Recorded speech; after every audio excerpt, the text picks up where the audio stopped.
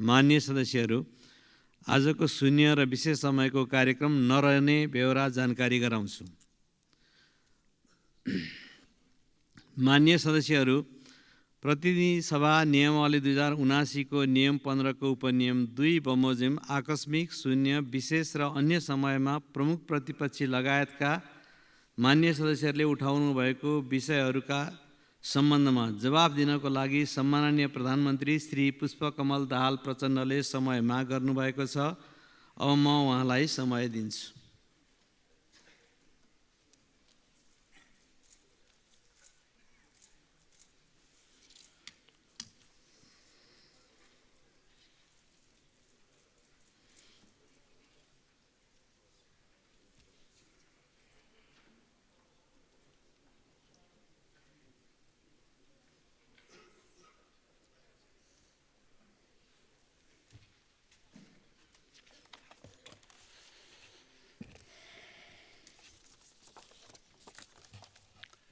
सम्मान्य सभामुख महोदय, म यहाँ प्रमुख प्रतिपक्षी दल नेपाली कांग्रेस लगायतका प्रतिपक्षी दलहरूले उठाउनु भएका प्रश्न र मागहरूको सन्दर्भमा जवाफ दिन यहाँ उपस्थित भएको छु।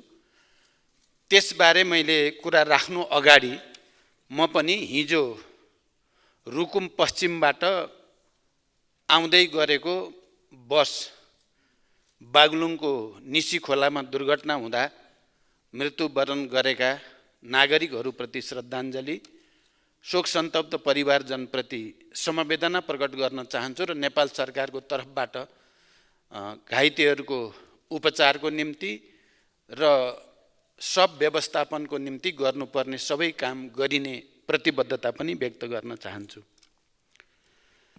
अब म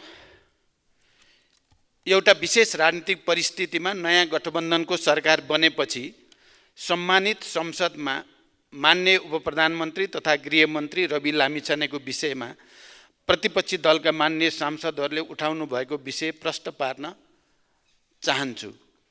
मैले यो विषयलाई गतकालमा पनि मिडिया ट्रायल विभिन्न रूपमा चर्चा परिचर्चा हुँदै आएको थियो, तर यसको गम्भीरता कति हो, कति सत्य हो होइन भन्ने बारेमा त्यति धेरै गम्भीर रूपले हेर्ने स्थिति बनेको थिएन। तर अहिले सदनमा नेपाली कांग्रेस जस्तो लामो संसदीय अनुभव र इतिहास भएको पार्टीले यति गम्भीर रूपले उठाएपछि मैले पनि यसको जवाफ दिनुपर्ने सन्दर्भमा आफैले यसको बारेमा खोजबिन गर्ने, सम्बन्धित सरकारी निकायका रिपोर्टहरू र भनाइहरू चाहिँ अलि गहिरो गरी अध्ययन गर्ने मैले कोसिस गरेँ। त्यसको आधारमा म यो सम्मानित संसदमा आफ्नो कुरा राख्न चाहन्छु। मेरो सरकारको पहिलो प्राथमिकता नै सुशासन रहेको र सुशासन कायम गर्ने विषयमा कुनै पनि सम्झौता नहुने मैले यस सम्मानित सदनमा विश्वासको मत लिने क्रम र अन्य सन्दर्भमा पनि बडो स्पष्टसँग राख्दै आएको छु। सुशासनको सङ्कल्प लिएरै मैले सरकारको नेतृत्व गरेदेखि नै ठुल्ठुला भ्रष्टाचार, सुन तस्करी, जग्गा हिनामिना लगायतका काण्डहरूको छानबिन भइरहेको र यसलाई अझ प्रभावकारी बनाउँदै अगाडि बढेको तथ्य पनि म यो सम्मानित सदनलाई जानकारी गराउन चाहन्छु। यसमा मैले कसैलाई काखा कसैलाई पाखा होइन, दोषी जोसुकै भए पनि त्यो नछुटोस्, निर्दोष नपरोस् भन्ने मान्यतालाई दृढताको साथ पालन गर्दै पनि आएको छु। मैले लामो व्याख्या गर्नु पर्दैन, हालैका सबै घटनाक्रमहरूले पनि त्यो कुरालाई पुष्टि गरिरहेकै छन्। जहाँसम्म मान्य उपप्रधानमन्त्री तथा गृहमन्त्री रवि लामिछानेका विषयमा प्रतिपक्षी दलहरूले उठाउनु भएको कुरा छ, हालसम्मको अनुसन्धानले उहाँ सहकारीको सञ्चालक समिति, लेखा समिति, ऋण समिति, कर्मचारी लगायत कुनै पनि जिम्मेवारी र भूमिकामा नरहेको र अदालतमा विचाराधीन मुद्दामा पनि उहाँ कहीँ कतै जोडिएको देखिएको छैन। सूर्य दर्शन बचत तथा सहकारी संस्थाका 1000 भन्दा बढी बचतकर्ताले आफ्नो रकम हिनामिना गरेको भन्दै 2080 साउन 22 गते गरेको जाहेरी दरखास्तमा कसैको नाम किटिएको थिएन।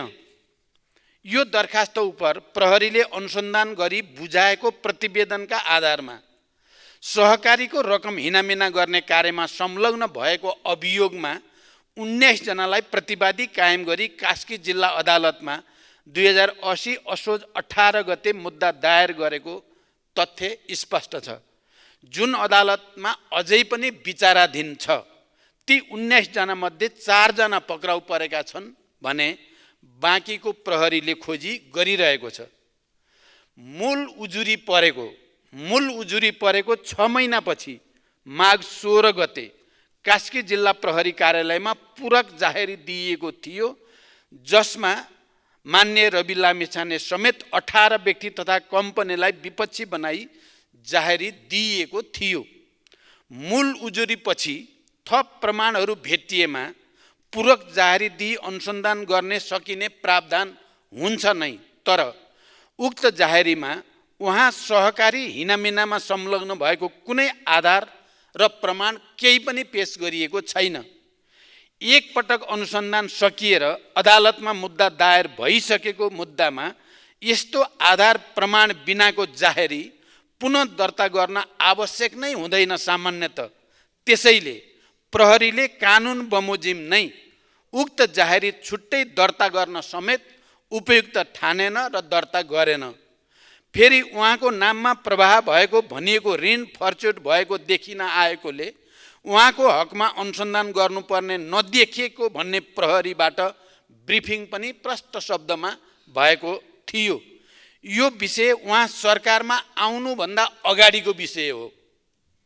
त्यति बेलाको सरकारमा त अहिलेका प्रतिपक्ष नेपाली कांग्रेस स्वयं सहभागी हुनुहुन्थ्यो। त्यति बेलाको यो विषय हो। मान्य उपप्रधानमन्त्री तथा गृहमन्त्री रवि लामिछानेजीको पार्टी सरकारमा सहभागी हुने चर्चा चलेपछि, सरकारमा सहभागी भएपछि यो विषयलाई संसदको नियमित काम कारबाही प्रभावित हुने गरी उठाउनु कति जायज छ या छैन भन्ने विषय स्वयं प्रतिपक्षी दलका मान्य सदस्यहरूले बुझ्नुपर्ने विषय हो भन्ने मैले ठानेको छु। म फेरि पनि जोड दिएर भन्न चाहन्छु, सुशासन कायम गर्ने सवालमा म कुनै पनि सम्झौता गर्दिनँ। यसमा आफ्नो पार्टी र अरूको पार्टी भन्ने आग्रह र पूर्वाग्रह पनि मैले राखेको छैन र आउने दिनमा पनि कुनै हालतमा राख्ने छैन। यदि अनुसन्धानबाट केही कैफियत देखिएमा उहाँलाई कारबाही गर्ने कुरामा पनि कसैले रोक्न सक्ने छैन। यो कुरा पनि म प्रष्टसँग राख्न चाहन्छु। मुद्दा बुझाइसक्दासम्म उहाँको नाममा उजुरी निवेदन केही छैन। उजुरी पर्नासाथ राजीनामा दिने हो भने के हुन्छ? ठाडो उजुरी दर्ता हुनासाथ राजीनामा दिने सहमति हामी गर्न सक्छौँ त? हैन, गृहमन्त्रीबाट चाहिँ हटाऊ, मुद्दा प्रभावित हुन्छ भन्न खोज्नु भएको हो भने प्रभावित पार्नेले अर्को मन्त्रालयमा बसे पनि प्रभावित पार्ला, सरकारमा बसे मात्रै पनि प्रभाव पार्न सक्ला। त्यसैले यो विषयलाई राजनीतिकरण नगर्न म अनुरोध गर्न चाहन्छु। लामो संसदीय अभ्यासको अनुभव भएको नेपाली कांग्रेस जस्तो पार्टीले यस्तो विषयलाई अनावश्यक राजनीतिकरण गर्नुभन्दा देशमा विद्यमान अन्य महत्त्वपूर्ण राजनीतिक विषयमा सदनलाई बहसमा ल्याउन म अपिल गर्न चाहन्छु।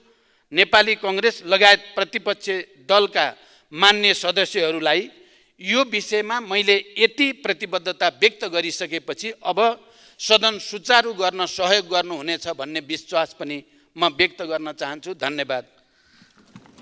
मान्य सदस्यहरू, अब प्रतिनिधि सभा नियमावली 2079 को परिच्छेद 9 बमोजिम प्रधानमन्त्रीसँग प्रत्यक्ष प्रश्नोत्तरको लागि सोही नियमावलीको नियम 58 बमोजिम सम्माननीय प्रधानमन्त्रीसँग प्रश्न गर्न 13 जना मान्य सदस्यहरूबाट प्रश्न प्राप्त भएको बेहोरा जानकारी गराउँछु। यस परिच्छेद बमोजिम प्रधानमन्त्रीसँग प्रत्यक्ष प्रश्नोत्तरमा स्पष्टीकरण सोध्ने व्यवस्था नरहेको पनि जानकारी गराउन चाहन्छु। मान्य सदस्यहरू, अब प्रधानमन्त्रीसँग प्रत्यक्ष प्रश्नोत्तर कार्यक्रम प्रारम्भ हुन्छ। सर्वप्रथम प्रश्नकर्ता मान्य श्री गोकुल प्रसाद बाँसकोटालाई सम्मानीय प्रधानमन्त्रीसँग प्रश्न सोध्न अनुमति दिन्छु। सम्माननीय सभामुख महोदय, म सभामुख महोदय मार्फत सम्माननीय प्रधानमन्त्रीज्यूलाई प्रश्न गर्न चाहन्छु। मध्य पहाडी पुष्पलाल लोकमार्ग पहाडी जनजीवनको लाइफलाइनको रूपमा रहेको छ, तर यो लामो भयो।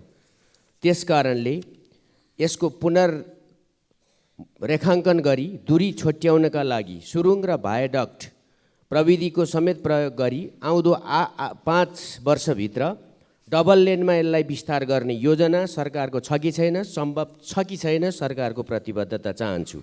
साथै आज ब्रेन ड्रेन नेपाली युवाहरूको भइरहेको छ र पढ्नका निम्ति अरबौँ बाहिर गइरहेको छ।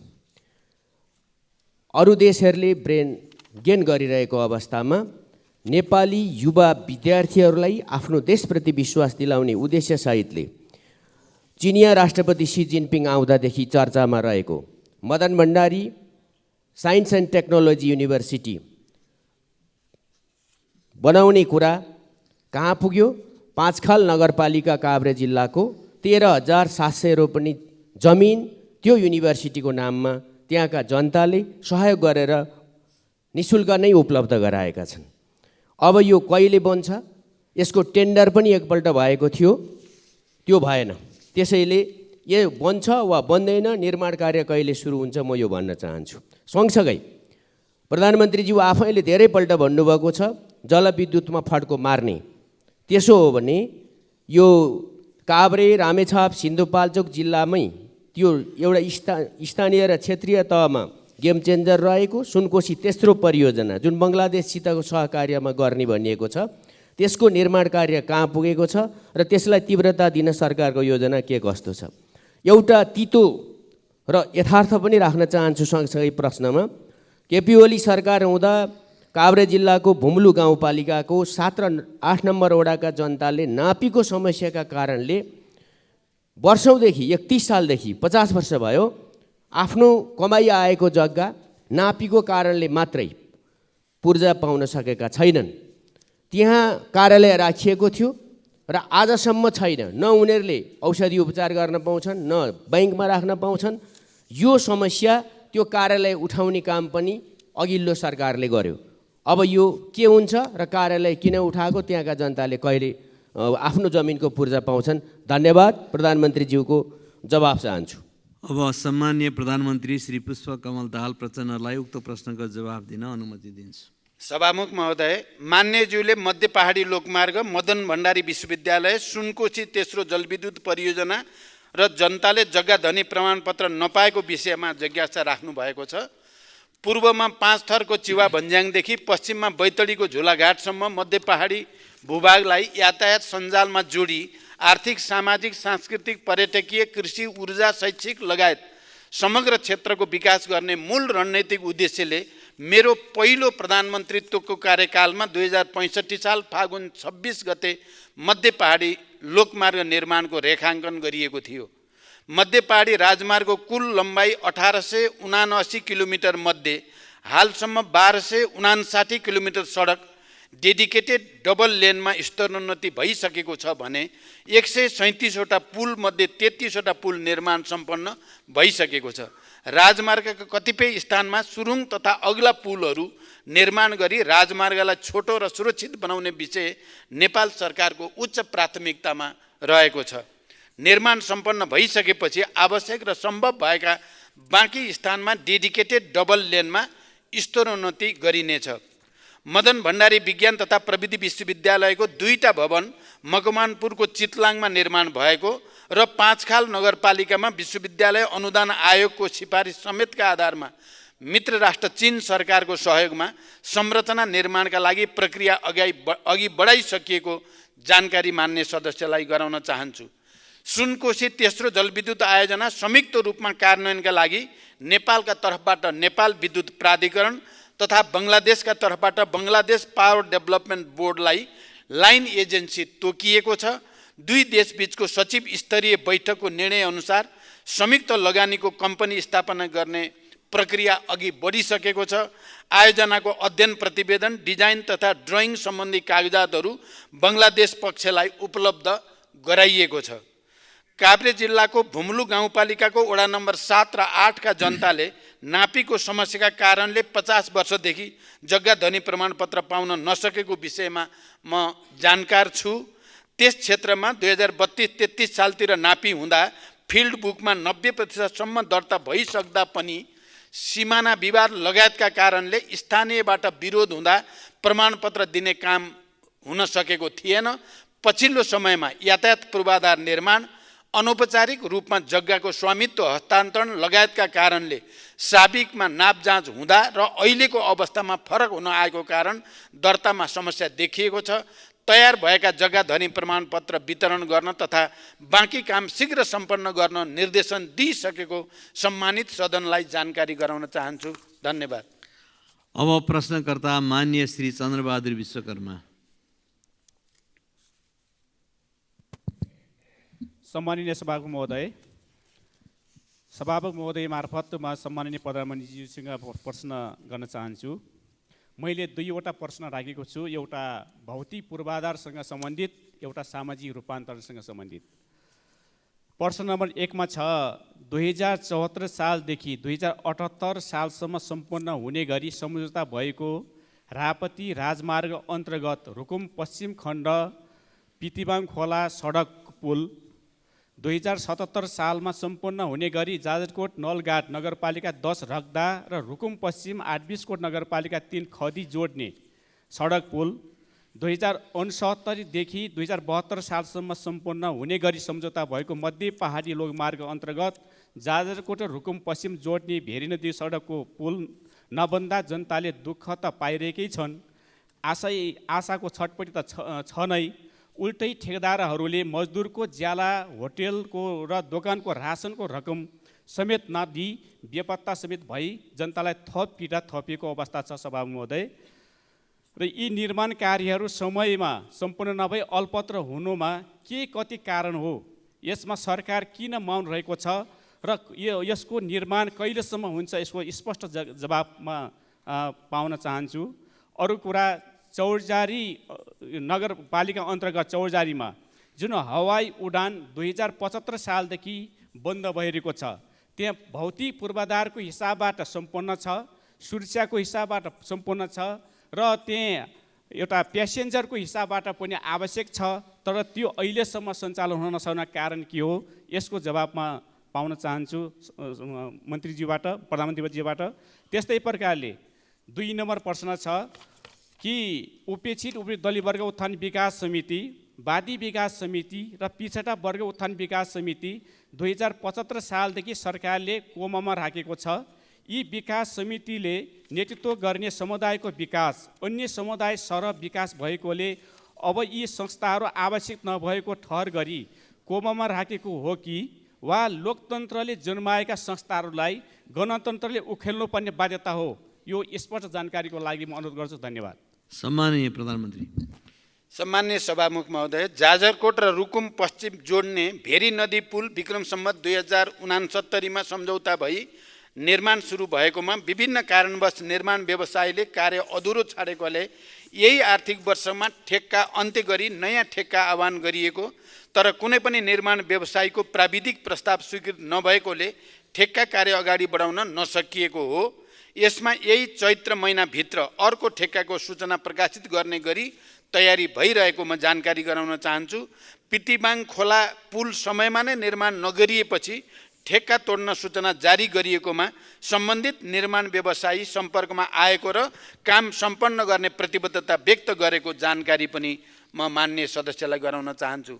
रुकुम पश्चिमको चौरजारी विमानस्थल सुचारू गर्न आवश्यक प्रबन्ध गरी सञ्चालन गर्ने व्यवस्था मिलाउन सरकार प्रयत्नशील रहेको जानकारी पनि म गराउन चाहन्छु।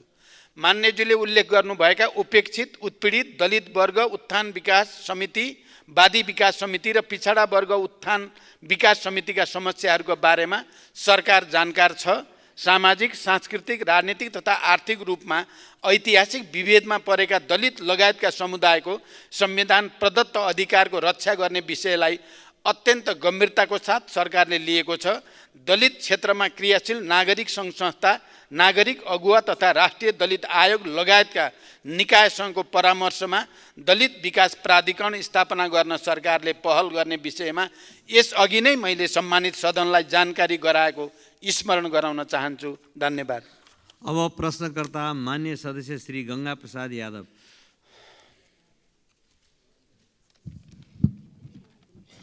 सम्मान्य सभामुख महोदय मार्फत पुनर्गठित मन्त्री परिषदका प्रधानमन्त्रीज्यू लगायत प्रधानमन्त्रीज्यू, मन्त्रीज्यूहरूमा सबभन्दा पहिले सफलताको शुभकामना व्यक्त गर्न चाहन्छु। साथसाथै सभामुखज्यू मार्फत सम्माननीय प्रधानमन्त्रीज्यूलाई मेरा यी दुई प्रश्नहरू रहेका छन्। पहिलो प्रश्न, राष्ट्रपति चुरे संरक्षण कार्यक्रमको बजेट कटौतीका कारण तराई मधेस मरुभूमिमा परिणत भइरहेको छ। तराई मधेसलाई मरुभूमिकरणबाट जोगाउन आगामी योजना के छ? तराई मधेस समृद्धि कार्यक्रम तथा सघन सहरी कार्यक्रममा रकम घटाइएको छ। हुलाकी सडक लगायत तराई मधेस विकासका आयोजनाहरूमा बजेट कटौती गरी तराई मधेसको विकासमा सरकार उदासीन देखिएको हो।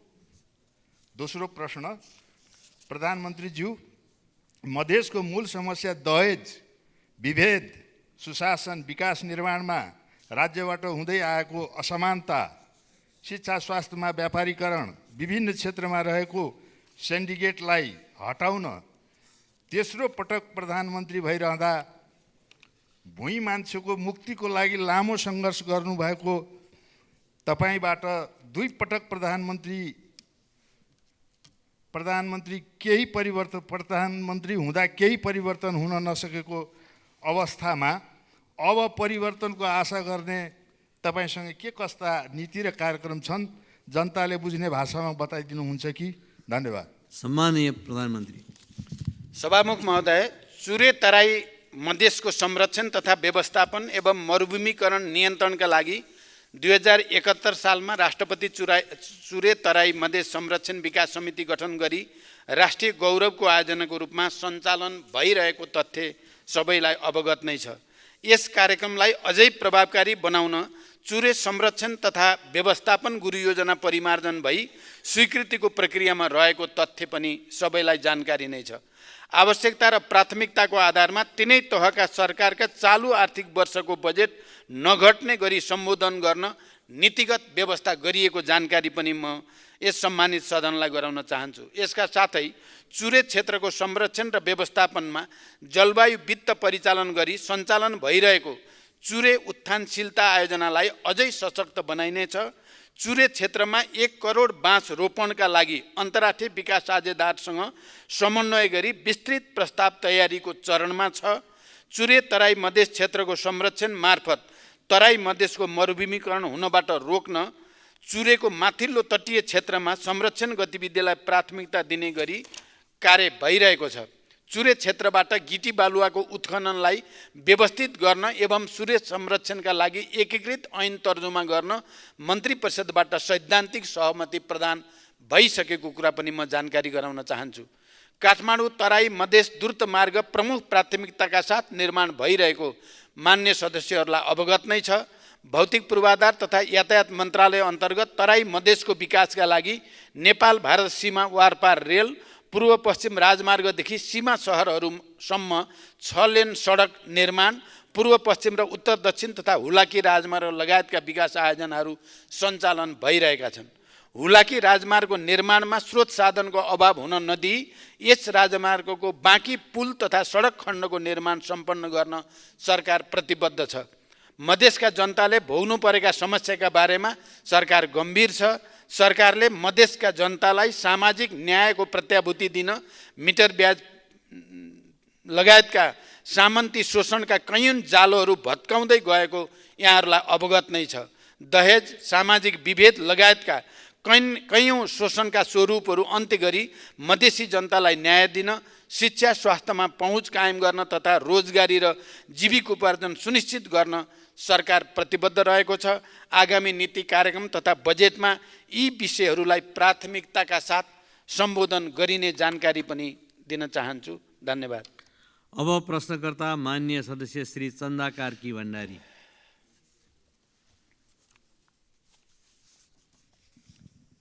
माननीय सभामुखज्यू, हुन त मैले सोध्नुपर्ने प्रश्नको क्वेसन चाहिँ पहिले नै आउट भइसकेको छ। सम्मान्य प्रधानमन्त्रीज्यूलाई मैले प्रश्न सोध्नका लागि मात्रै मैले सोधेको होइन। प्रधानमन्त्रीज्यू, यहाँको ध्यानाकर्षण भएपछि यो कामले पक्कै पनि गति लिन्छ र चाहेमा फत्ते पनि हुन्छ भन्ने विश्वासले मात्रै मैले यो प्रश्न राखेको हुँ। र स्वास्थ्य सबैको लागि सबैभन्दा महत्त्वपूर्ण कुरा हो भनेर म भन्दै आएको छु, कराउँदै आएको छु। तर बुझ्नेलाई यो कुरा गहिरो छ, नबुझ्नेलाई मैले बुझाउन धेरै समय लाग्छ। प्रधानमन्त्रीज्यू, संविधानको धारा 35ले स्वास्थ्यलाई मौलिक हकको अन्तर्गत राखेको छ र यो मौलिक हकको प्रत्याभूति आम नागरिकलाई गराउने सबैभन्दा उपयुक्त माध्यम स्वास्थ्य बिमा कार्यक्रम नै हो भन्ने कुरामा दुई मत छैन। वर्तमान संविधानको धारा 51 जमा पनि नागरिकको स्वास्थ्य बिमा सुनिश्चित गर्ने व्यवस्था मिलाउने कुरा प्रष्ट उल्लेख पनि गरिएको छ।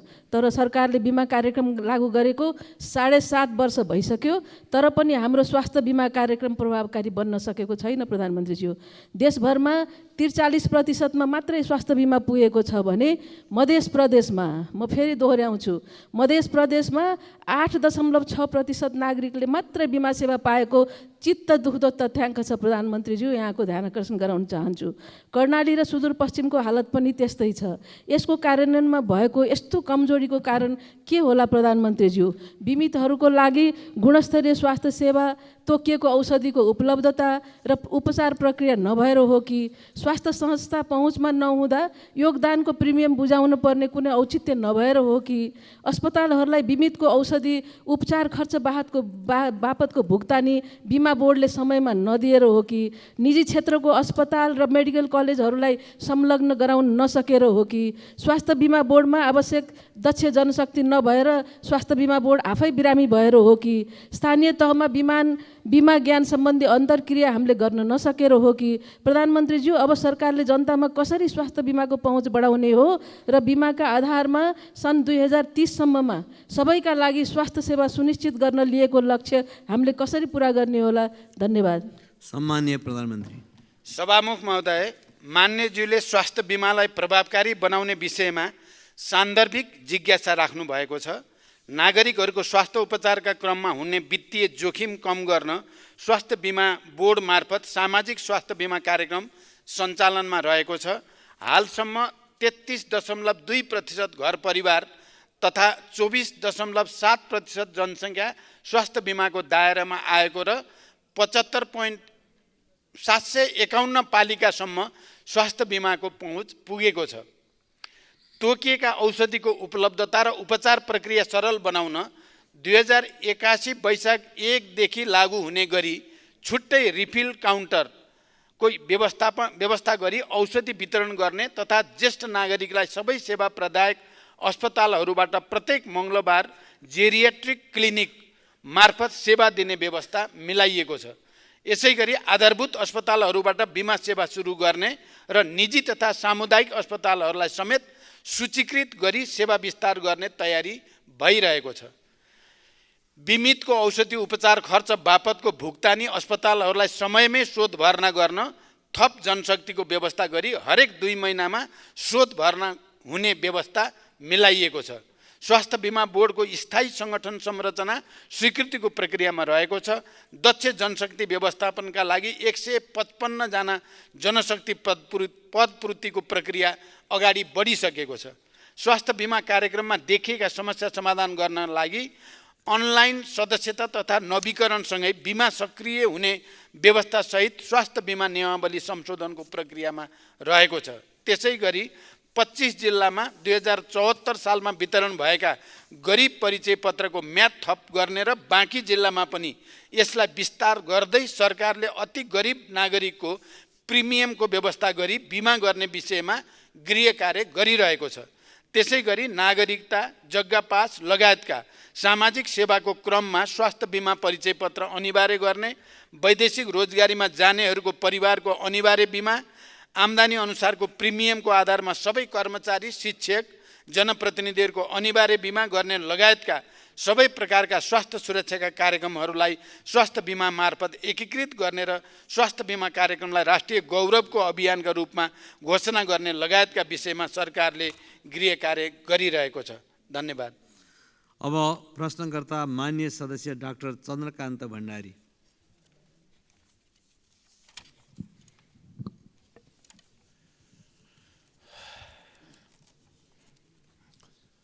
सम्मानीय सभामुख महोदय, सभामुखजी मार्फत सम्मानीय प्रधानमन्त्रीज्यूलाई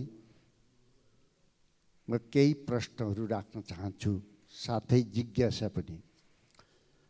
सम्मानीय प्रधानमन्त्रीज्यू, देशमा आमूल परिवर्तन गरी नयाँ नेपाल बनाउने अभियानका साथ पिछा 2051 सालदेखि देशमा तपाईले नेतृत्व गरेको नयाँ नेपालको अभियानमा त्यो द्वन्द्वमा धेरै मानिसहरूले ज्यान गुमाए, अङ्गभङ्ग भए। यसैलाई आधार मानेर हामीले संविधान बनायौँ। संविधान मात्र होइन, हामीले द्वन्द्वको व्यवस्थापन गर्यौँ। त्यो व्यवस्थापन विश्वको उदाहरण पनि बनेको छ। त्यो अभियानले मुलुकलाई आमूल परिवर्तन गर्नुपर्ने हो, आर्थिक सामाजिक रूपले। र तपाईलाई जनताले धेरै आशा पनि गरेका थिए। तर आज अझ बढी गरिबी, अझ बढी अराजकता, अरू बढी कुशासन, अरू बढी आर्थिक अनुशासनहीनता बढिरहेको छ। भ्रष्टाचारको त हामी कुरै नगरौँ, जुन कुरा मैले हिजो पनि बोलेको छु। तपाईको अनुभवमा यसको समाधानको उपाय के होला? देशमा देखेका परेका यस्ता तमाम समस्याहरू समाधान गर्न तपाईको कार्ययोजना के छ? दोस्रो, नेपालमा वर्षमा झन्डै 50-60 हजार व्यक्तिहरू जलनबाट पीडित हुने गरेका छन्। जलनको उपचार अत्यन्त खर्चिलो र पीडादायक हुन्छ। नेपालमा यसको उपचारको लागि आधुनिक अस्पतालको अभाव मात्र होइन, छैन। गरिबीका कारण विदेशमा उपचार गराउन नसक्ने कयौँ व्यक्तिहरूले मृत्युवरण गर्नु परेको छ। जलनको उपचारका लागि अस्पताल निर्माण गर्न नेपाल सरकारले 2079 फाउनमा निर्णय पनि गरेको थियो। यसको लागि हामीसित जग्गा पनि छ, हामीसित पैसा पनि छ। नेपाल ट्रस्टमा, जसको कानुनी व्यवस्था गरिएको छ, तसर्थ हालसम्म कार्यान्वयन हुन सकेको छैन। यो निर्णयलाई कार्यान्वयन गर्न जलवन अस्पताल निर्माणका लागि कहिले प्रधानमन्त्रीबाट शिलान्यास हुन सक्छ, यो जानकारी चाहन्छौँ।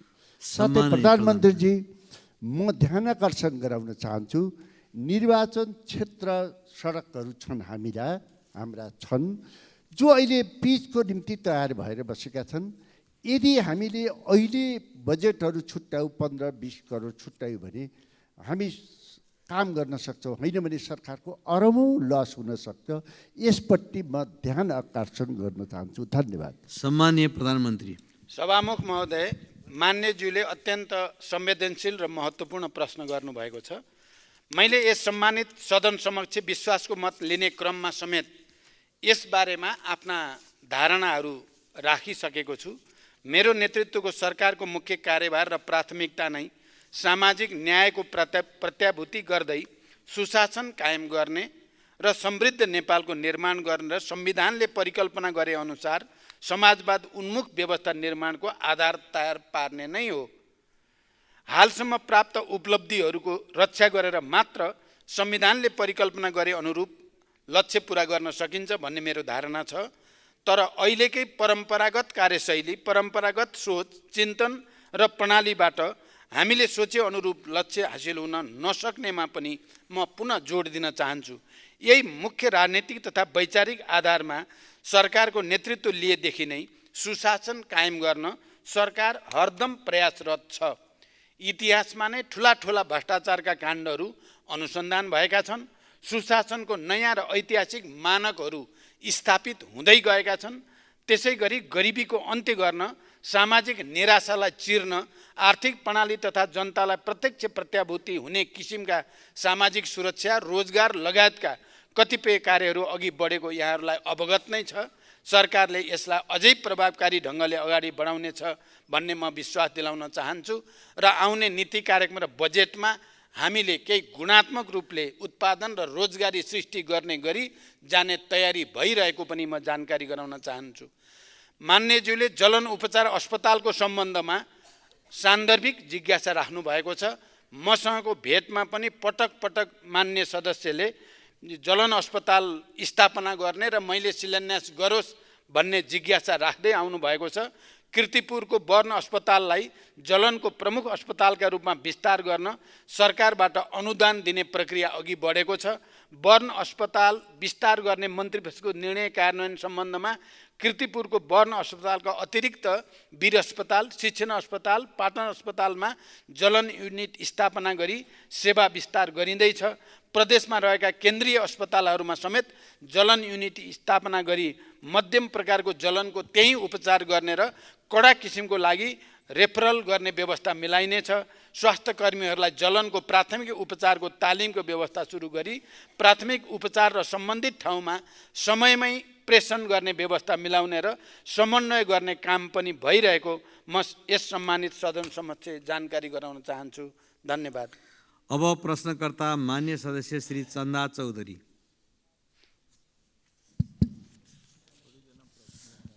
सम्मानीय सभामुख मार्फत सम्मानीय प्रधानमन्त्रीजीलाई मेरो प्रश्न। सम्मानीय सभामुख महोदय, सन् 2016 मा चिनिया एक्जिम ब्याङ्कसँग 22 अर्ब ऋण लिएर बनाइएको पोखरा अन्तर्राष्ट्रिय विमानस्थलको अहिलेसम्म ऋण 28 अर्बभन्दा बढी पुगिसकेको छ। अबको 13 वर्षमा चिनिया ब्याङ्कलाई सबै सावा ब्याज तिर्न भनी शर्त राखिएको उक्त विमानस्थल बनाउन मात्र हाम्रो आन्तरिक स्रोतबाट जग्गा अधिग्रहणको लागि 9 अर्बभन्दा बढी खर्च भएको छ। यसरी ऋणसहित लगभग 32-33 अर्बमा बनेको अन्तर्राष्ट्रिय विमानस्थल उद्घाटन भएको 14 महिनासम्म पनि कुनै अन्तर्राष्ट्रिय व्यावसायिक उडान नहुनु भनेको कतै यो संरचना हाम्रो लागि ऋण पासो त बनिरहेको छैन। उक्त विमानस्थल सम्मानीय प्रधानमन्त्रीज्यूले नै आजभन्दा 14 महिना अघि उद्घाटन गर्नुभएको थियो र चिनिया इन्भेस्टरले उक्त कार्यक्रममा पोखरा अन्तर्राष्ट्रिय विमानस्थल उहाँको बेल्ट एन्ड रोडको उपहार हो भनेर सार्वजनिक रूपमा भन्नुभएको थियो। 1 वर्ष बित्दा चिनिया ब्याङ्कलाई नै तिर्नुपर्ने सावा ब्याज बढेर हामीले धान्न नसक्ने परियोजनालाई चीनले नै आफ्नो उपहार भन्ने र भन्नु अर्थतन्त्रले धान्नै नसक्ने परियोजनाहरू सञ्चालन गर्नु हो।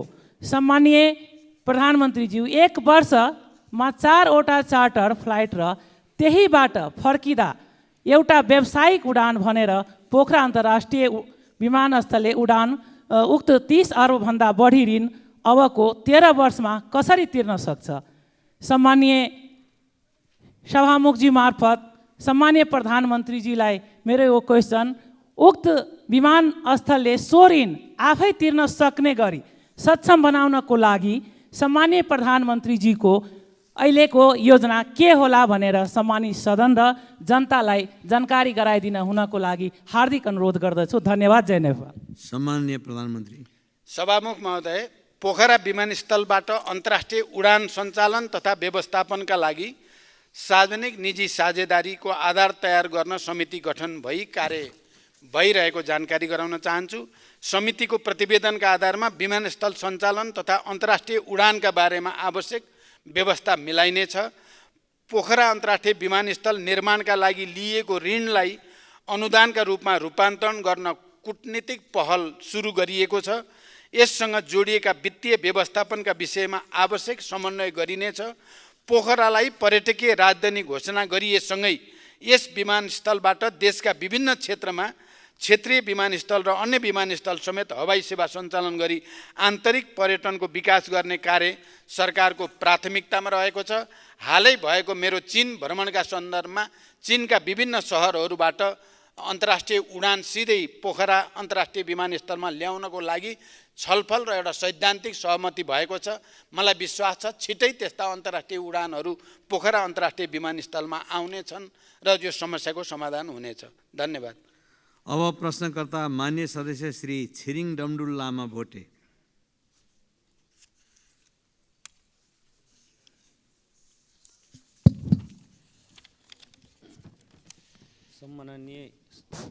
सम्माननीय सभामुख महोदय मार्फत सम्माननीय प्रधानमन्त्रीज्यूलाई मेरो जिज्ञासा छ।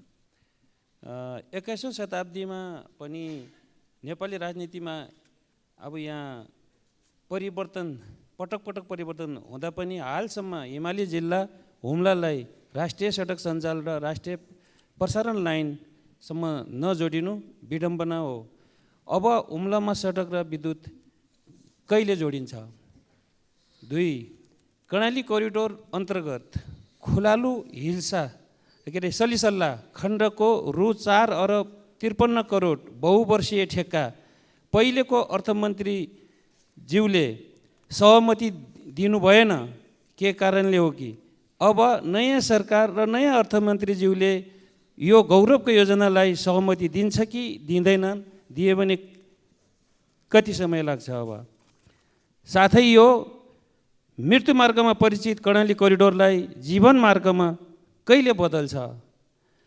हुम्लाको विकास, सिङ्गो हिमाली क्षेत्रको विकास गणतन्त्र नेपालको प्रथम प्रधानमन्त्री र हाल तेस्रो पटकसम्म देशको नेतृत्व भएको बेला हाम्रो पालामा र राम्रो विकास नगरे कसले गर्छ?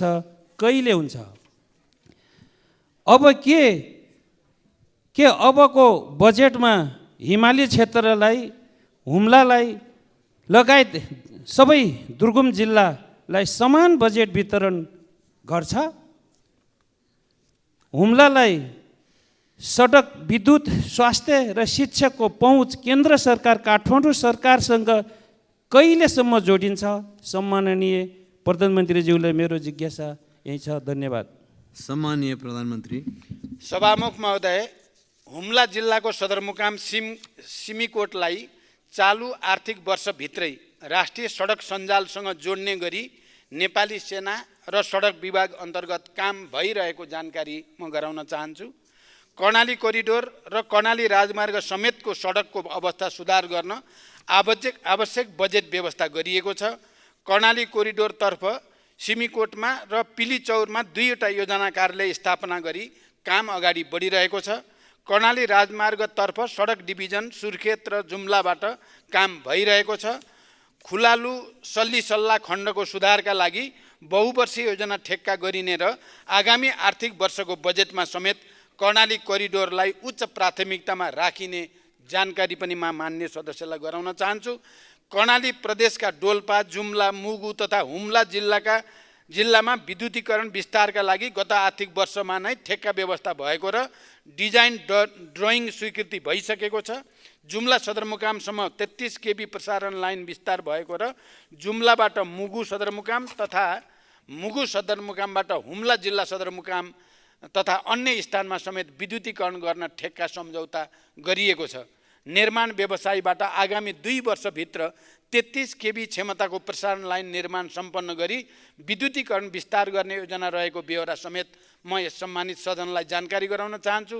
हुम्ला लगायत पूर्वाधारका दृष्टिले पछाडि परेका कर्णालीका जिल्लाहरूको समग्र पूर्वाधार तथा सामाजिक विकासको विषय सरकारको उच्च प्राथमिकतामा रहेको छ। मान्य सदस्यहरूलाई थाहै छ, मेरो हालै सम्पन्न चीन भ्रमणका सन्दर्भमा हुम्लाको सदरमुकामलाई जोड्ने गरी हिल्सा सिमीकोट सडकको बारेमा एउटा सहमति भएको छ। चीन सरकारले त्यसमा अनुदान सहयोग गर्ने सहमति भइसकेको जानकारी पनि म गराउन चाहन्छु। धन्यवाद। अब प्रश्नकर्ता मान्य सदस्य श्री जनार्दन शर्मा। सम्मान्य सभामुख महोदय मार्फत सम्मान्य प्रधानमन्त्रीलाई म प्रश्न गर्न चाहन्छु। सङ्घीय लोकतान्त्रिक गणतन्त्रको ऐतिहासिक उपलब्धिहरूलाई समाप्त पार्ने आवाजहरू उठिरहेको सन्दर्भ छ। यस्तो अवस्थामा सरकारले संविधान कार्यान्वयन गरी सङ्घीयतालाई प्रभावकारी बनाउन पहल गर्न आवश्यक छ। सङ्घीयतालाई प्रभावकारी बनाउन कानुनहरू निर्माण गर्नमा ढिलाइ भइरहेको छ। यो अवस्थालाई अन्त गरी सङ्घीयता कार्यान्वयनका लागि महत्त्वपूर्ण ऐनहरू निर्माण गरी प्रदेश र स्थानीय तहलाई प्रभावकारी बनाउन आवश्यक छ। यस सन्दर्भमा सरकारले निर्णय गरी कार्यान्वयन गर्न सक्ने कतिपय कामहरू पनि ढिला हुन गइरहेको छ। यस सन्दर्भमा जस्तो प्रदेश प्रहरी समायोजनको कामबारे आलटाल भइरहेको समायोजन कहिले हुन्छ भनेर म सोध्न चाहन्छु। त्यसै गरी अर्को कुरा, यो नेपाल एउटा विभिन्न खालको जोखिममा रहेको छ र भूकम्पको ठुलो जोखिममा छ। जाजरकोटको रामीडाँडा बझाङ डोटीमा गएको भूकम्पले गरेको क्षतिको पुनर्निर्माण गर्न बजेटको व्यवस्था गरी कामहरू कुन मितिबाट प्रारम्भ गरिनेछ भन्ने कुरा प्रश्न पारिदिनु भएमा आभारी हुने थिएँ। धन्यवाद। सम्माननीय प्रधानमन्त्री।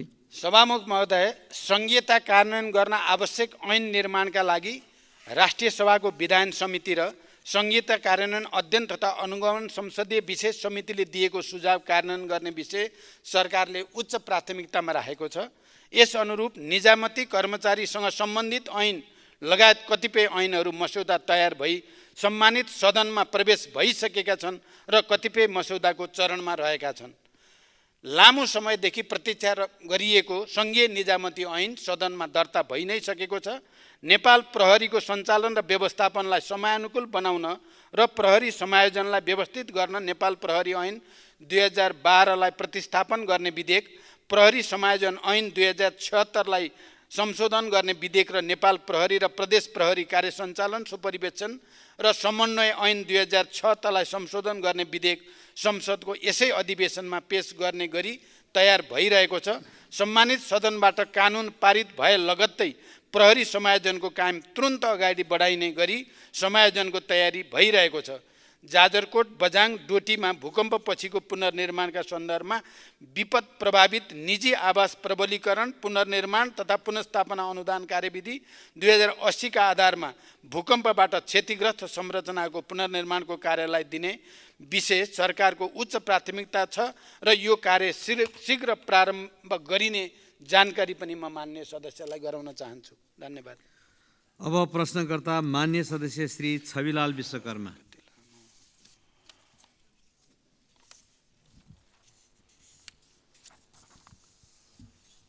सम्माननीय सभामुख महोदय, मैले प्रतिनिधित्व गर्ने रूपन्देही निर्वाचन क्षेत्र नम्बर 1 समेतका नेपाली जनताका तर्फबाट यो सम्मानित सदनमा सम्माननीय प्रधानमन्त्रीज्यूबाट निम्न प्रश्नहरूको जवाब चाहन्छु। आज पनि यो देशमा लाखौँ लाख जनता भूमिहीन, सुकुम्बासी र अव्यवस्थित बसोबासी छन्। देशको संविधानले मौलिक हकमा नै यिनको अधिकारलाई सुनिश्चित गरेको छ। भूमिहीन दलितको हकमा सोको कार्यान्वयन गर्न कानुन समेत बनिसकेको छ। कानुनमा 3 वर्षभित्र जग्गा उपलब्ध गराउने भनिएको छ। त्यो 3 वर्ष कहिले आउँछ प्रधानमन्त्रीज्यू? यस प्रकार वर्षौँ वर्ष जमिन भोग चलन गरेका तर आफ्नो नाममा केही नभएका राष्ट्रिय आवास कम्पनीको आलटालले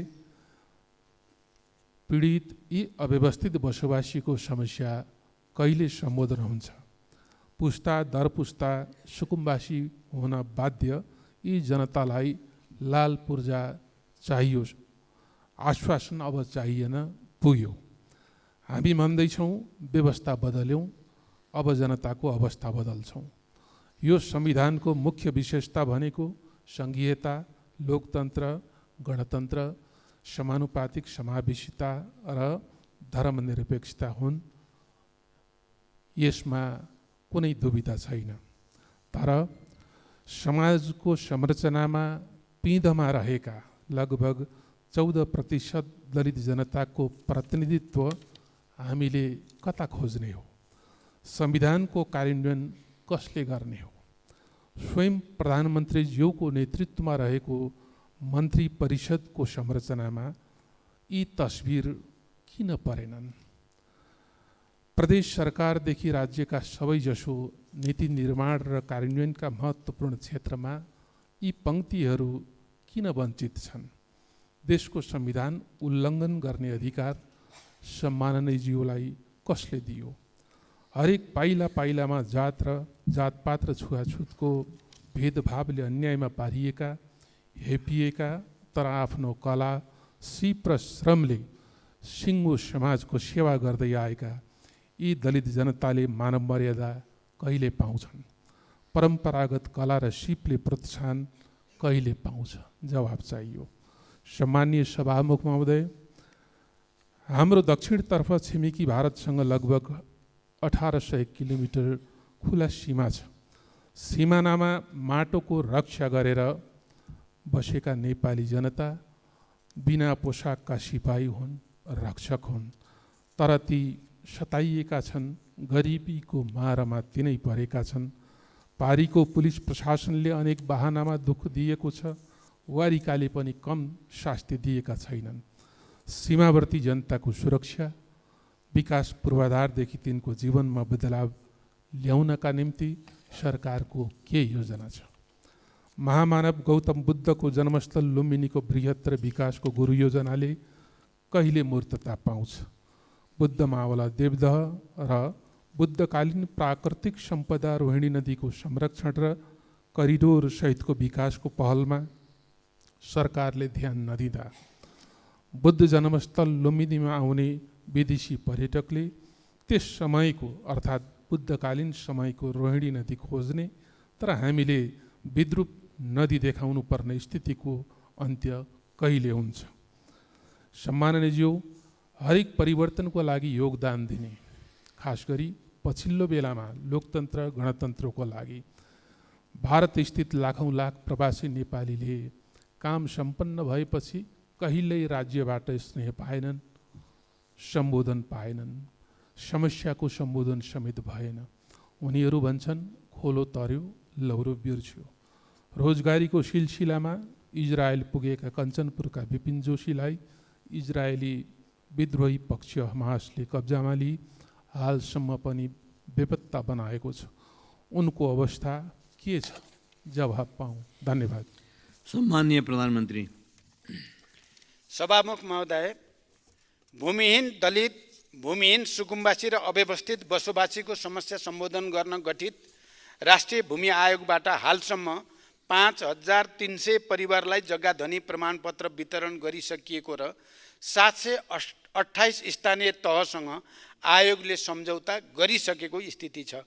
हालसम्म 14,36,400 भन्दा बढी निवेदनहरू सङ्कलन भएकोमा 10,47,122 निवेदन कम्प्युटरमा प्रविष्ट गरिसकिएको छ। आयोगका कार्यहरूलाई प्रभावकारी बनाउन वन ऐन र भूमि सम्बन्धी ऐन संशोधनको प्रक्रिया अगाडि बढाइएको छ र कानुन संशोधनसँगै हालसम्म नाप जाँच र नक्साङ्कन भइसकेका 2,43,561 किता तत्काल उपलब्ध गराउने तयारी आयोगले गरेको जानकारी गराउन चाहन्छु। राष्ट्रिय आवास विकास कम्पनी मार्फत देशका विभिन्न स्थानमा आफ्नो स्वामित्व र भोगाधिकार रहेको फुटकरतर्फ 3,043 बिघा 4 कट्ठा 2 धुर र जग्गा धनी प्रमाणपत्र भएको 172 बिघा 4 कट्ठा 8 धुर गरी कुल 3215 बिघा 8 कट्ठा 10 धुर जग्गामा साबीको पुनर्वास कार्यक्रम अन्तर्गत तत्तत स्थानमा बसोबास गरिरहेका सोबासीहरूलाई घणेरी उपलब्ध गराउने नीति रहेको छ। त्यसअनुसार हालसम्म 207 परिवारलाई घणेरी उपलब्ध गराइएको छ। घणेरी उपलब्ध गराउन बाँकी 12,453 परिवारलाई आवश्यक कानुनी एवं नीतिगत व्यवस्था गरी यथाशीघ्र घणेरी वितरण गरिनेछ। दलितहरूको समग्र विकास र उचित प्रतिनिधित्वको सम्बन्धमा मैले माननीय चन्द्रबहादुर विश्वकर्माले राख्नुभएको जिज्ञासा सम्बोधन गर्ने सन्दर्भमा स्पष्ट पारिसकेको छु। अहिलेको हाम्रो क्याबिनेटमा पनि दलितहरूको प्रतिनिधित्व हुने कुरा पनि म प्रश्न गर्न चाहन्छु। सीमावर्ती क्षेत्रका नागरिकहरू सीमाका रक्षक हुन्। सीमा क्षेत्रका नागरिकको आर्थिक सामाजिक विकासका लागि सरकारले सीमा क्षेत्र विकास कार्यक्रम सञ्चालन गर्ने तयारी गरिरहेको छ।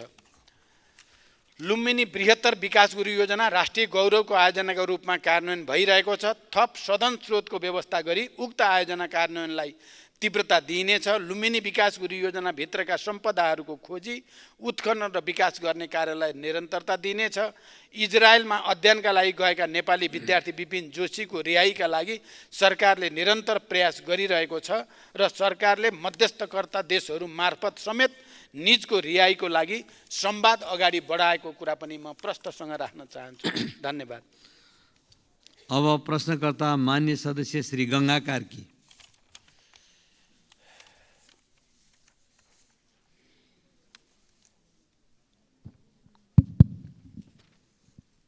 सम्माननीय सभामुखज्यू, सभामुख मार्फत सम्माननीय प्रधानमन्त्रीज्यूलाई मेरा प्रश्न यस प्रकार छन्। ललिता निवास भुटानी शरणार्थी सुनकाण्ड लगायतका फाइल खोलेर अपराधमा संलग्नलाई कारबाहीको दायरामा ल्याएकोमा वर्तमान प्रचण्ड सरकारलाई धन्यवाद दिन चाहन्छु। प्रधानमन्त्रीज्यू, बाँकी भ्रष्टाचारीका फाइलहरू खुल्छन् कि खुल्दैनन्? दुग्ध पदार्थ, माछा, कुखुराको मासुमा आत्मनिर्भर भएको मुलुकमा बिचौलियाको कारणले किसानहरू अत्यन्त मारमा परेका छन्। यसको समुचित व्यवस्थापन गर्न सरकारको योजना के छ? दूध उखु र निर्माण व्यवसायको सरकारले तिर्न बाँकी बक्यौता रकम फर्स्योट गर्न किन ढिलासुस्ती भएको? दोलखालाई पर्यटकीय जिल्ला घोषणा गर्न सरकारको नीति के छ? दोलखाको खरिढुङ्गा स्थित म्याग्नेसाइट उद्योग कहिलेदेखि सञ्चालन हुन्छ? के दोलखाको फलाक नाका खोल्ने कुरा यो वर्षको नीति तथा कार्यक्रममा पर्छ? तामाकोशी तेस्रो हाइड्रो पावर जलसायुक्त बन्नुपर्छ, नत्र बन्न दिँदैनौँ भन्ने कुरामा दोलखालीहरू एकमत छन्। सरकारको योजना के छ? धन्यवाद। सम्माननीय प्रधानमन्त्री।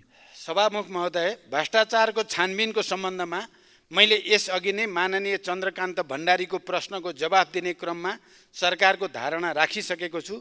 मेरो नेतृत्वको सरकार गठन भएदेखि नै सरकारले भ्रष्टाचार विरुद्ध शून्य सहनशीलताको नीति लिँदै आएको छ र यो नीति निरन्तर जारी रहनेछ। मिटर ब्याज, भुटानी शरणार्थी, सुन तस्करी, सरकारी जग्गा हिनामेना लगायत जुनसुकै विषय वा क्षेत्रका अपराधिक क्रियाकलापको निष्पक्ष र तथ्यपरक अनुसन्धान तथा छानबिन गरी यस्ता कार्यमा संलग्न व्यक्ति वा समूहलाई कानुनी कारबाहीको दायरामा ल्याउन सरकार दृढ छ। भ्रष्टाचार नियन्त्रण गर्न आवश्यक नीतिगत, कानुनी तथा संस्थागत सुधार गर्ने विषय सरकारको उच्च प्राथमिकतामा रहेको छ। नेपाली कृषकहरूको निरन्तरको प्रयासबाट दूध, माछा र कुखुराको मासु उत्पादनमा देश आत्मनिर्भरताको नजिक पुगेको स्थिति छ। यसलाई स्थायित्व दिन सरकार निरन्तर प्रयत्नशील छ। दूध, माछा र कुखुराको मासुको मूल्य श्रृङ्खलालाई कृषकमुखी बनाउन उद्योगसँग खरिद सम्झौता एवं बाई ब्याक ग्यारेन्टी गरी साझेदारीमा उत्पादन, सङ्कलन, प्रशोधन, भण्डारण तथा बजारीकरणका कार्यक्रमहरू केन्द्रित गरिएका छन्। उखु किसानहरूले प्रोत्साहन अनुदान बापत पाउने गत वर्षको 1 अरब 32 करोड रुपियाँ भुक्तानी गरिसकिएको छ। आर्थिक वर्ष 71-72 को कञ्चनपुर र कपिलवस्तु जिल्लाका उखु किसानको पुरानो बक्यौता सम्बन्धित उद्योगबाटै भुक्तानी गराउन सरकारले समन्वय गरिरहेको छ। किसानलाई तत्काल दूधको मूल्य भुक्तानी गर्न नेपाल सरकारबाट दुग्ध विकास संस्थानलाई 30 करोड ऋणको व्यवस्था गरिएको छ। साथै अन्य उद्योगहरूका लागि आफ्नो उत्पादनलाई धितोमा राखी ब्याङ्क मार्फत ऋण प्रवाह गर्न सहजीकरण गरिएको छ।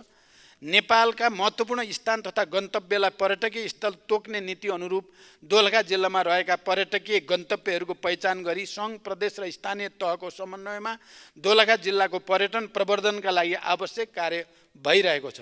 तामाकोशी तेस्रो जलविद्युत आयोजनाका सन्दर्भमा आयोजनाको विस्तृत अध्ययन तथा डिजाइन कार्यपछि मात्रै आयोजना कुन रूपमा निर्माण गर्ने भन्ने निर्केल हुन्छ। आयोजनाको निर्माण गर्दा राज्यलाई बढीभन्दा बढी लाभ हुने गरी मात्र स्वीकृति दिइनेछ। दोलखाको म्याग्नेसाइट उद्योग सञ्चालनको लागि गठित कार्यदलले दिएको सञ्चालनको विकल्प सहितको प्रतिवेदन कार्यान्वयनका निम्ति अध्ययन भइरहेको छ। उक्त उद्योग सञ्चालनका लागि उद्योग सञ्चालक साझेदारले उद्योगको खानी क्षेत्रको थप अध्ययन गरिरहेको छ। प्राविधिक अध्ययन पश्चात उपयुक्तताको आधारमा उद्योग छिटै सञ्चालन गरिनेछ। दोलखाको फलाका नाका खोल्ने विषयमा मित्रराष्ट्र चीनसँग कूटनीतिक पहल भइरहेको र चीन सरकार सकारात्मक रहेको छ। छिमेकी देशहरूसँग जोडिएका सीमा नाका खोल्ने तथा व्यवस्थित गर्ने विषय सरकारको प्राथमिकतामा छ।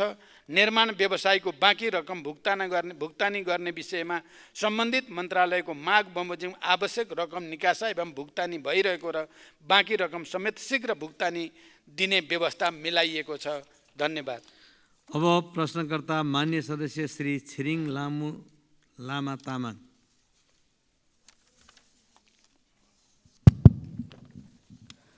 सम्माननीय सभामुख महोदय, सभामुख मार्फत मेरो सम्माननीय प्रधानमन्त्रीज्यूलाई प्रश्न यस प्रकार छ। गणतन्त्रको 15 वर्षमा देशको आर्थिक सामाजिक सूचाङ्कमा निकै परिवर्तन आएको छ। अन्ध्यारोमा रहेको देशले उज्यालो प्राप्तिको आधार र आशा थपिदिएको छ। सम्माननीयज्यू, तपाईँ पहिलोपटक देशको प्रधानमन्त्री हुँदा अर्थतन्त्रको आकार बढेको थियो। राष्ट्रिय गौरवको आयोजना तथा रणनीतिक आयोजना घोषणा मार्फत देशले भौतिक विकासको लय समातेको थियो। दोस्रो पटक देशको प्रधानमन्त्री हुँदा 18 घण्टा लोडसेडिङको अन्ध्यारोमा रहेको देशले उज्यालो यात्रा सुरु गरेको थियो। अहिले तेस्रो पटक प्रधानमन्त्री भइरहँदा सामाजिक न्याय, सुशासन र आर्थिक समृद्धिको महाअभियान चलेको छ। यसले निराशाको बीचमा रहेको नेपाली जनतामाझ आशाको किरण देखिएको छ।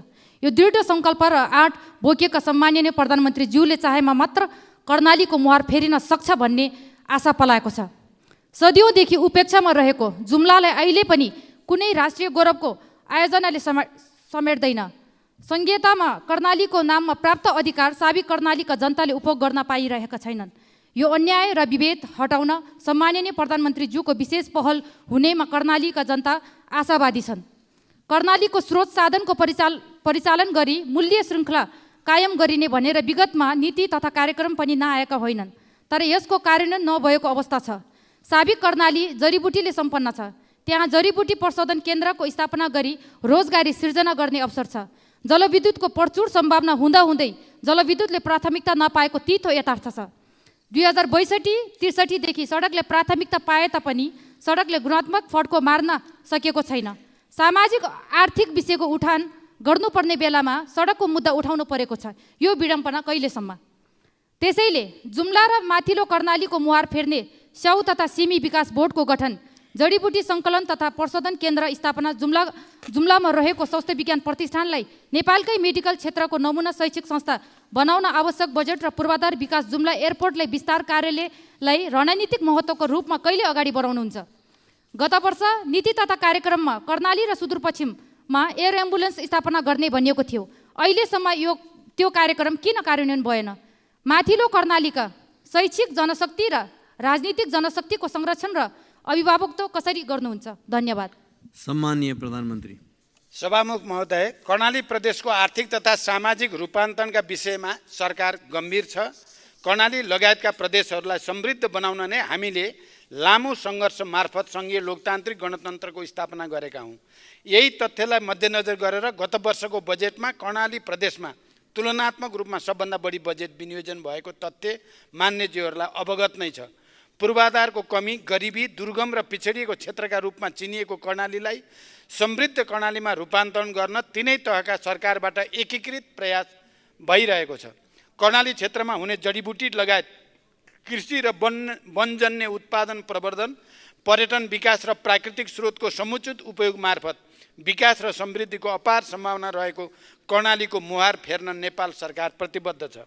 कर्णाली र सुदूरपश्चिम प्रदेश लक्षित एयर एम्बुलेन्स स्थापना गर्ने सम्बन्धमा सरकारले हाल विपदमा परेका नागरिक र गर्भवती महिलाहरूको उद्धारका लागि नेपाली सेनाको हेलिकप्टर 24 घण्टा नै सुर्खेतमा राख्ने व्यवस्था मिलाइएको छ।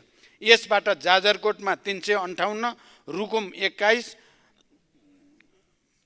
जाजरकोटमा 358, रुकुम 21 जना भूकम्प प्रभावित नागरिकहरूको उद्धार गरिनुको साथै तथा कर्णाली प्रदेशका 221 जना र सुदूरपश्चिम प्रदेशका 107 जना महिलाहरूलाई सेवा प्रदान गरिसकिएको छ। धन्यवाद। अब प्रश्नकर्ता मान्य सदस्य श्री गोमा लाभ सापकोटा।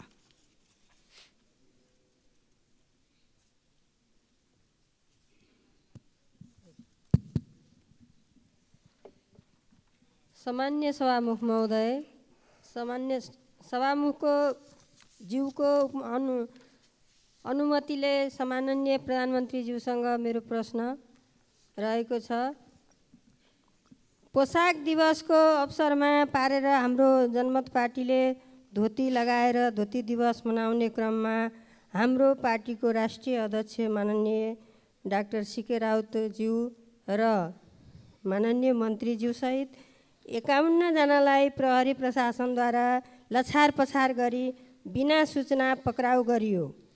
त्यस्तै मध्य प्रदेशको सप्तरी जिल्लामा कृषि विश्वविद्यालयको उद्घाटन कार्यक्रममा माननीय प्रदेश शिक्षा मन्त्री माननीय सांसदहरूको टाउको फुटाइयो। यी दुईवटा घटनाहरूमा दोषीलाई सम्माननीय प्रधानमन्त्रीज्यूबाट कुन प्रकारको कारबाही गरियो जान्न चाहन्छु। यदि कारबाही हुँदैन भने त्यो ठाउँमा सम्माननीय प्रधानमन्त्रीज्यू आफै भइदिएको भए के हुन्थ्यो? म प्रधानमन्त्रीज्यूसँग प्रश्न। सम्माननीय प्रधानमन्त्री। सभामुख महोदय, पोशाक दिवसका अवसरमा भएको घटना तथा सप्तरीमा कृषि विश्वविद्यालय उद्घाटनका बेला भएको घटनाका विषयमा मान्यज्यूले प्रश्न गर्नुभएको छ। नेपाल सरकार सबै जात जाति सम्प्रदाय र धार्मिक सामाजिक विविधतालाई सम्मान गर्दछ। नेपाल सरकार सबै जात जाति सम्प्रदाय र धार्मिक सामाजिक विविधतालाई सम्मान गर्ने भएकै कारणले जनमत पार्टीका अध्यक्ष डाक्टर सीके राउत सहित मान्य मन्त्रीज्यूलाई धोती लगाएको आरोपमा नभई निषेधित क्षेत्र उल्लङ्घन गरेको कारणले नियन्त्रणमा लिइएको हो र उहाँको रिहाइका लागि गृहमन्त्री स्वयं नै महेन्द्र पुलिस क्लबमा गई सहजीकरण गरेको तथ्य पनि म प्रश्न गर्न चाहन्छु। मान्य मन्त्रीजी जो आफै बसेको क्याबिनेटले निषेधित क्षेत्र घोषणा गर्ने अनि आफै त्यो तोड्ने कार्य पो बरु त्रुटिपूर्ण भयो भन्ने हाम्रो भनाइ हो। त्यसै गरी मध्य प्रदेश स्थित सप्तरी जिल्लामा कृषि विश्वविद्यालयको उद्घाटनका क्रममा दुई पक्षको सम्भावित भिडन्त रोक्न र शान्ति सुरक्षा कायम गर्ने क्रममा तोकिएको सीमा रेखा पार गरी अघि बढ्न खोज्ने समूहलाई रोक्न सामान्य बल प्रयोग भएको थियो।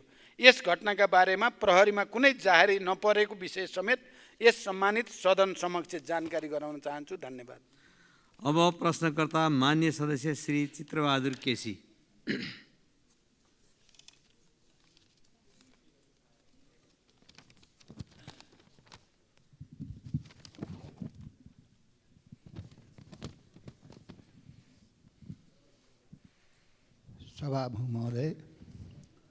सभामुख महोदय मार्फत सम्मानीय प्रधानमन्त्रीलाई मैले छोटो प्रश्न गर्न चाहन्छु। धेरै लामा प्रश्न भूमिका म बाँधेर उहाँको समय खेर फाल्दिनँ। सम्मानीय प्रधानमन्त्रीज्यू, बागलुङबाट गलकोट सेवा केन्द्र लैजाने प्रतिबद्धता जनाउनु भएकोमा हालसम्म किन कार्यान्वयन भएन? यति हो मेरो प्रश्न। सम्मानीय प्रधानमन्त्रीज्यू। सभामुख महोदय, मान्य चित्रबहादुर केसीजीले पक्कै मलाई पटक पटक बागलुङबाट गलकोट सेवा केन्द्र लैजाने बारे राख्नु भएको छ र मैले त्यसको प्रतिबद्धता पनि व्यक्त गरेको छु। बागलुङ जिल्लाको गलकोटमा इलाका प्रशासन कार्यालय नै स्थापना गर्ने विषयमा सरकारले आवश्यक तयारी गरिरहेको विषय म मान्य सदस्य र यस सम्मानित सदनलाई जानकारी गराउन चाहन्छु। धन्यवाद। मान्य सदस्यहरू, आजको लागि निर्धारण गरिएको प्रधानमन्त्रीसँग प्रत्यक्ष प्रश्नोत्तर सम्बन्धी कार्यक्रम यही समाप्त हुन्छ। सम्मानीय प्रधानमन्त्रीलाई आफ्नो आसन ग्रहण गर्न अनुरोध गर्दछु।